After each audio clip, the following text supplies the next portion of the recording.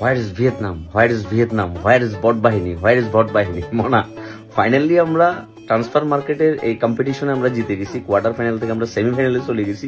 ফাইনালে হয়তো এমন আছে ধরো আর্জেন্টিনার সাথে আমাদের দেখা হইতে পারে।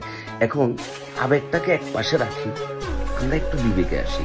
যেই পরিমাণ এফোর্ট দিয়ে আমরা ফেসবুকের সামান্য একটা কম্পিটিশন আজকে জিতে গেছি, একটাবার জাস্ট চিন্তা করেন যে বাংলাদেশের সিন্ডিকেটের এগেইনস্টে এই পরিমাণ ফুটবল লাভাররা যদি একসাথে আওয়াজ তুলে, স্পোর্টস কন্টেন্ট ক্রিয়েটররা, ফুটবল লাভাররা, জার্নালিস্টরা, বিভিন্ন চ্যানেলরা, বিভিন্ন পেজ, সবাই যদি একসাথে বাংলাদেশের ফুটবল সিন্ডিকেটের এগেইনস্টে আওয়াজ তুলে, আর বাইরের দেশের বাংলাদেশি বংশোদ্ভূত ফুটবলারদেরকে যদি দেশে আনার ব্যাপারে কঠিনভাবে আন্দোলন করে, তাহলে এই দেশের ফুটবল কোথায় যাবে? ধরো ফেসবুকে যদি বিশ্বকাপ হয়, পৃথিবীর এমন কোনো শক্তি নেই যে বাংলাদেশকে হারা দিবে। খোদ আর্জেন্টিনারে আমরা ঠেলতে গিয়ে সেমিফাইনালে নিয়ে এসেছি।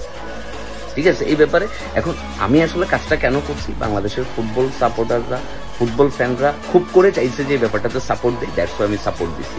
বাট রিয়েলিটি ইজ, এটাতে আসলে আমাদের কোনো কিছু আসা যায় না, টু বি ভেরি অনেস্ট। আমি যতটুকু জানি, বাকিটা আমি জানি না আপনারা কতটুকু কি জানেন। এখন কথা হচ্ছে এই সেম ভাবে সম্মিলিত এফোর্ট দিয়ে যে 1,10,000 রিয়েক্টর কামব্যাক দিয়ে আমরা কি ভিয়েতনামরে ফুল প্যাকেট করে দিচ্ছি, এইভাবে একটা কামব্যাক দিয়ে যদি আমরা বাংলাদেশের ফুটবল সিন্ডিকেটে ধরি, তাহলে বাংলাদেশের ফুটবল সিন্ডিকেট শেফালির মাঠ কাঁথার তলে লুকাইব, মাথায় রাখিয়ে।